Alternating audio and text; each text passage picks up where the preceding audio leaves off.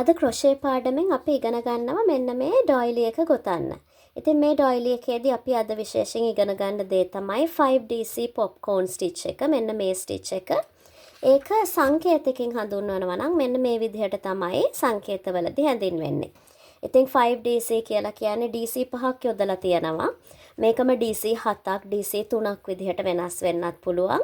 ඔයගොල්ලෝ chart එක කියවද්දි බලන්න ඒ අදාළ මෝස්තරයේ බාහු කීයක් පෙන්눔 කරලා තියනවද කියන එක.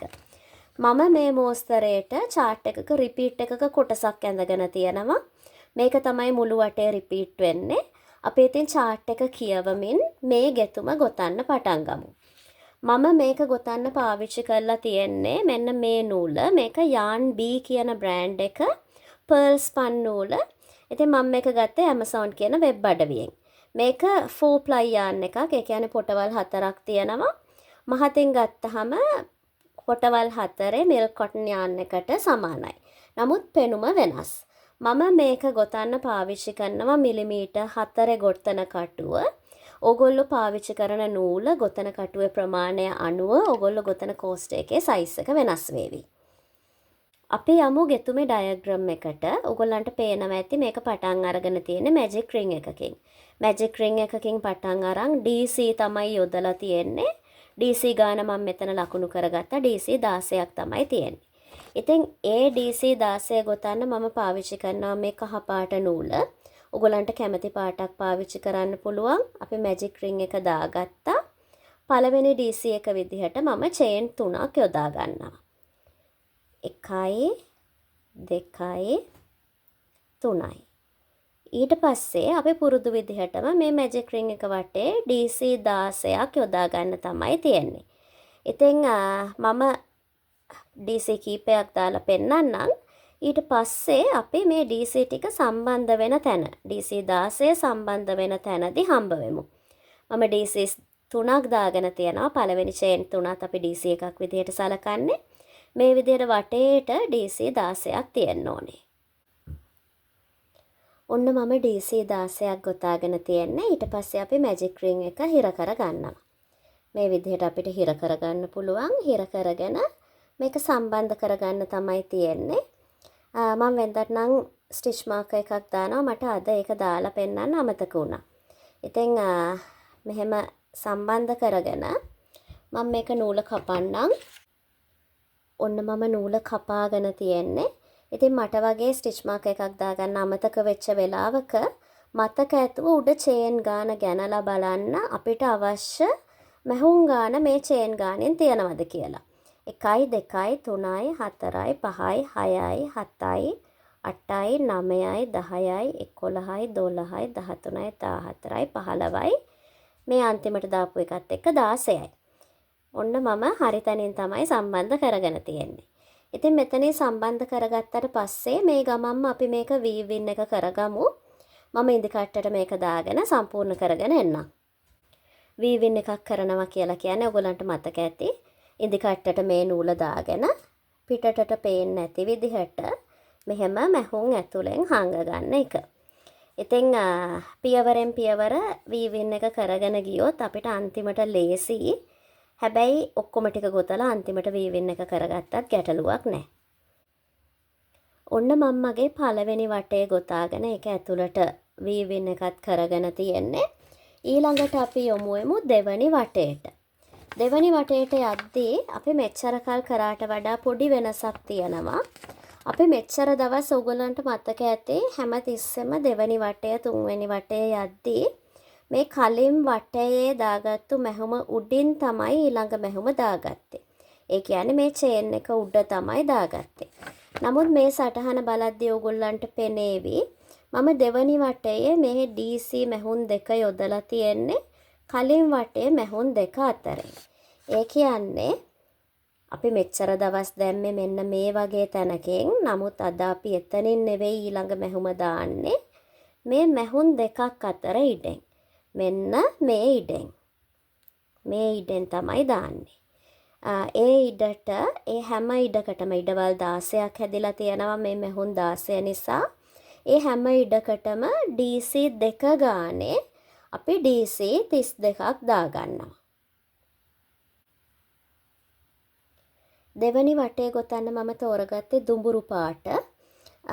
මම මේකේ මට කැමති තැනකින් මේ විදිහට මැහුන් දෙක අතරට ගොතන කට්ට දාලා ඔන්න පළවෙනි ස්ලිප් ස්ටිච් එක දාගන්නවා. පළවෙනි ස්ලිප් ස්ටිච් එක දාගන්නවා. ඊළඟට DC එකේ මැහුමේ උස ගන්න මම තව චේන් එකක් දානවා. චේන් එකක් දාලා ස්ටිච් මාකර් එක දාගන්නවා අමතක නොකර. එතකොට ඊළඟට සම්බන්ධ කරන්න ලේසි නිසා. ඊළඟට දෙවෙනි DC එකත් යන්නේ මේ ස්පේස් එකටමයි. මේ විදිහට දෙවෙනි DC එකත් එනවා ස්පේස් එකටම. 3 4 DC දෙක යනවා ඊළඟ ස්පේස් එකට. මේ විදිහට 3 4. ඉතින් ගොතනකොට අනිවාර්යෙන් මැහුම් ගාන ගනිමින් ගොතන්න. දෙවනි වටේදී DCs මුළු එකතුව 32ක් වෙන්න ඕනේ. 16 වගේ දෙගුණයක් වෙන්න ඕනේ. ඒ කියන්නේ 32ක් තියෙන්න ඕනේ. අපේ මුළු DC වටය මම මේ මුළු DC දෙකේ වටය ගොතාගෙන ගෙතුම අවසානයේදී ඔයගොල්ලෝ එක්ක හම්බ වෙන්නම්. මෙන්න මේ විදිහට තමයි මැහුම පේන්න ඕනේ. ඔන්න මම දෙවනි වටයට ගොතා ගත්තා. ඊළඟට සම්බන්ධ කරන්න හදන්නේ. අපි හැමදාම කරන විදිහටමයි මෙතන ස්පේස් එක හදාගත්තා. හදාගෙන ඒ ස්පේස් එක ඇතුලෙන් ගොතන කටුව දැම්මා. දාලා මේක චේන් එකක් ස්ලිප් එකක් ඇදලා ගත්තා. ඊළඟට අපි මේ වැඩි නූල් කොටස කපනවා. කපලා මේක මේ විදිහට ඇදලා ගන්නවා. අපිට ස්ටිච් මාකර් එක අයින් කරන්න පුළුවන්. අයින් කළා මම එන්නම් මේක ඇතුළට ගොතා වියාගෙන වීවින් එකත් කරගෙන සම්පූර්ණ කරගෙන මෙන්නම්. එතකොට අපිට ක්ලීන් එකට ඊළඟ වටේට යන්න පුළුවන්. මේ පිටිපස්ස පේන විදිහ මේ ඉස්සරහා පේන විදිහ. ඔන්න දෙවනි වටයත් ගොතාගෙන ඉවරයි. ඊළඟට අපි යමු තුන්වෙනි වටයට. තුන්වෙනි වටයට ගිහාම ඔයගොල්ලන්ට පේනවා ඇති තුන්වෙනි වටය මේ වටය. මෙතන ඇඩිෂනල් ඉරි කෑල්ලක් තියෙනවා. නමුත් ඒක තුන්වෙනි වටයට අදාළ නැහැ. ඒක අදාළ වෙන්නේ හතරවෙනි වටයට. ඉතින් තුන්වෙනි වටයේදී සිද්ධ වෙන්නේ අපි කලින් දාපු චේන් DC දෙක දාපු DC දෙකේ කට්ටල එකක් මැද්දට කට්ටල දෙකක් මැද්දට DC 3ක් වැටෙන එක. ඒ කියන්නේ මෙහෙම ගොතාගත්තු එකේ මේ තියෙන DC එක කට්ටලයක්, මේ තියෙන තව කට්ටලයක්. ඒ කට්ටල දෙකක් මැද්දට මෙන්න මේ ඉඩට චේන් එකක් උඩට නෙවෙයි මෙන්න මේ ඉඩට DC 3 ගානේ මුළු වටේට වැටෙන එක. අපි ඒක පටන් ගමු. පටන් අරගෙන අපි ගොතාගෙන යමු. මම පුරුදු විදිහටම මම තෝරගත්තු ස්පේස් එක ඇතුළට දාගන්නවා එක ස්ලිප් ස්ටිච් එකක්. ඊට පස්සේ උස ගන්න මම තව ස්ලිප් ස්ටිච් එකක් දාගත්තා. මෙතන ස්ටිච් මාකර් එක මාක් කරගත්තා. ඊළඟට ඉතුරු DC දෙකත් ඒ තැනටම දාගන්නවා. මේ විදිහට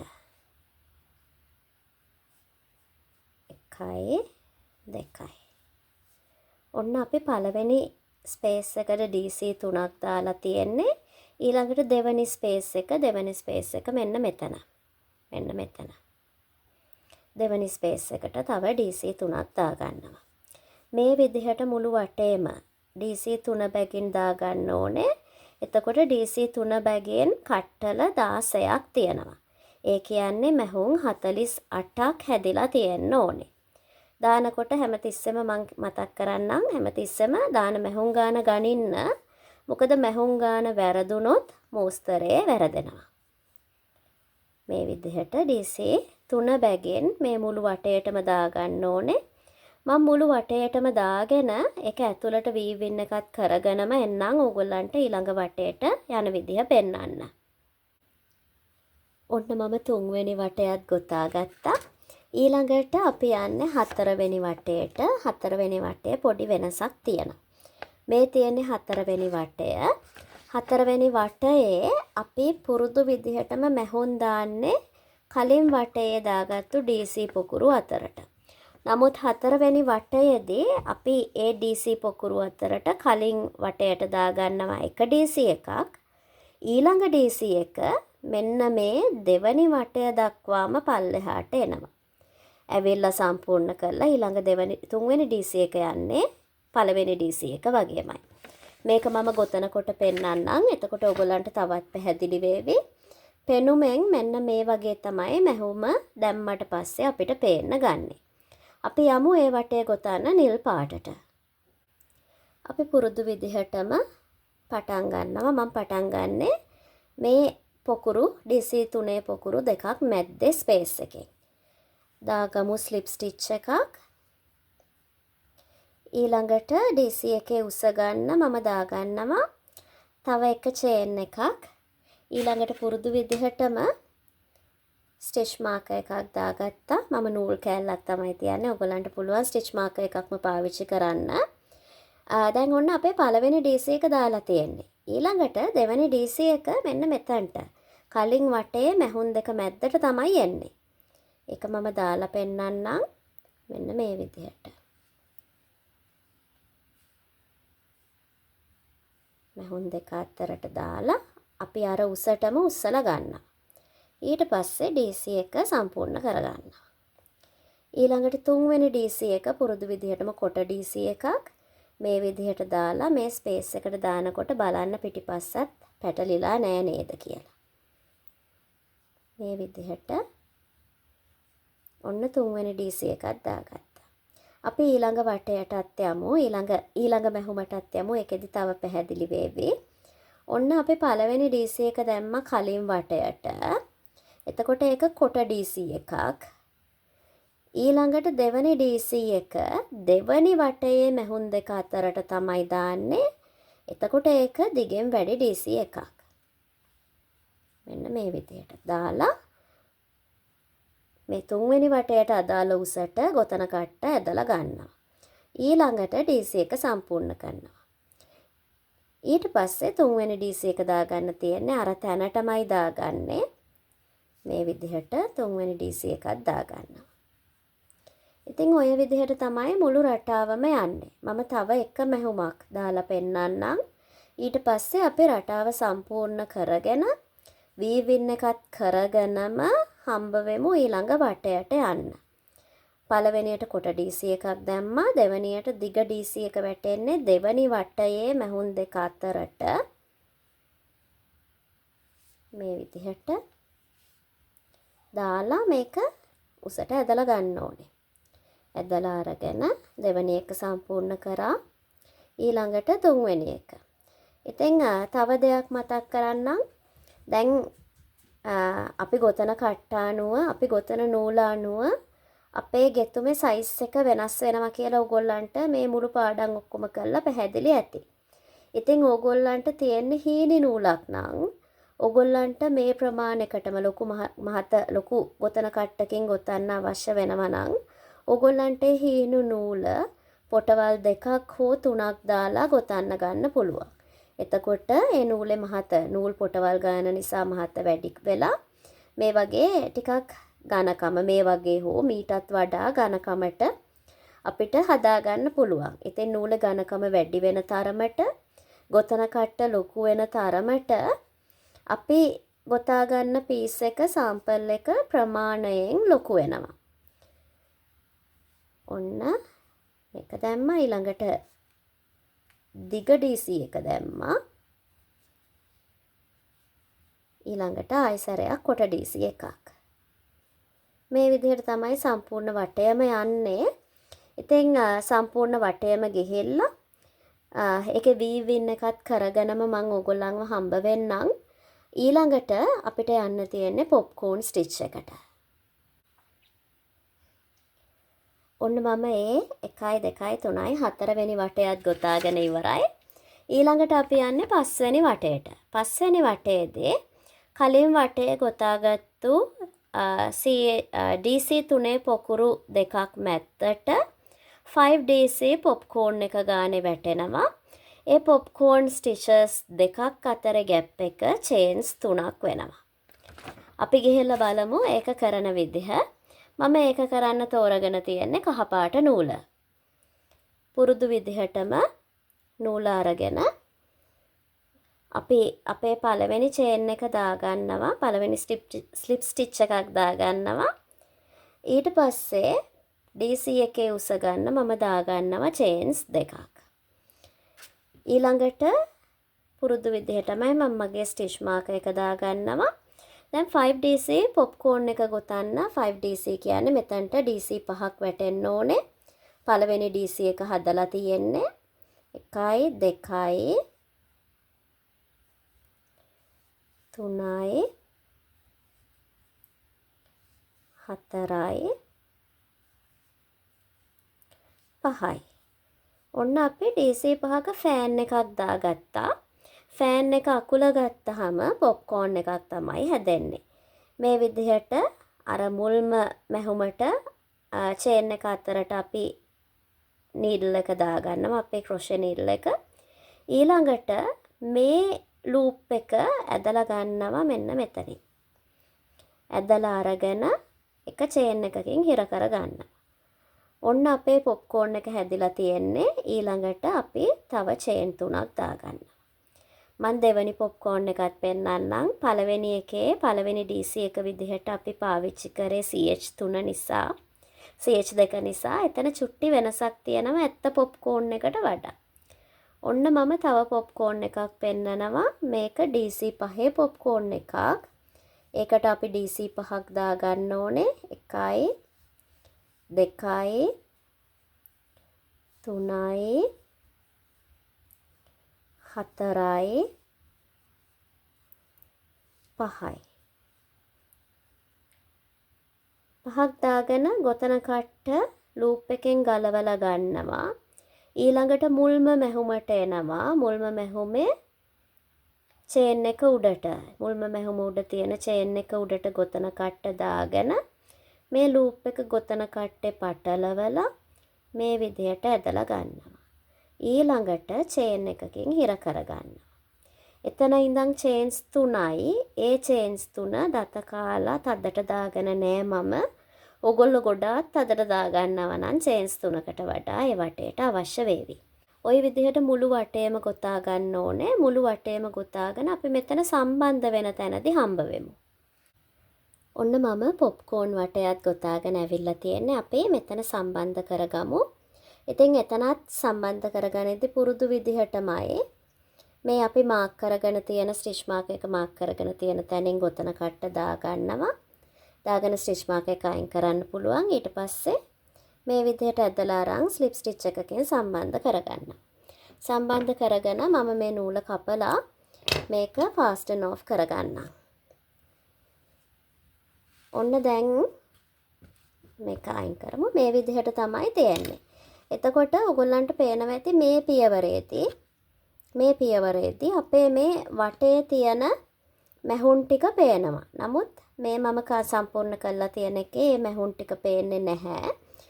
මම මේ මෝස්තරේ කරද්දි හිතුවා මේ මැහුන් ටික හංගලා කරන විදිහත් කොහොමද කියලා බලලා ඔයගොල්ලන්ට කියලා දෙනවා කියලා. ඉතින් මේ එජස් ටික ෆිනිෂ් කරගන්න පුළුවන්. මම ඒ ෆිනිෂ් කරන එක පැත්තකට තියනවා. අපි එහෙම ඒ ටික හංග ගන්න නම් ඔයගොල්ලන්ට පේනවා ඇති මේ මැහුන් ටික පිටිපස්සට ටක් වෙන්න ඕනේ. ඒක ටක් වෙන්න මම පාවිච්චි කරලා තියෙනවා ටෙක්නික් එකක්. මම ඔයගොල්ලන්ට ඒක පෙන්නන්නම්. මේ වටේදී අපි මුළු චේන් කවුන්ට් එක වැටුණා 4ක්.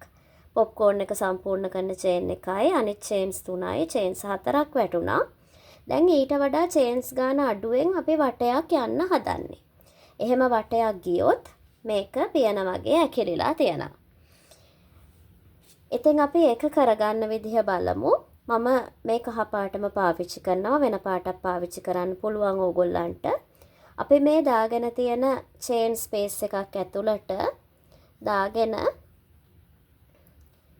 එක ස්ලිප් ස්ටිච් එකක් දාගන්නවා. පළවෙනි එකේදී එක සිංගල් ක්‍රොෂේ එකකුත් දාගන්නවා.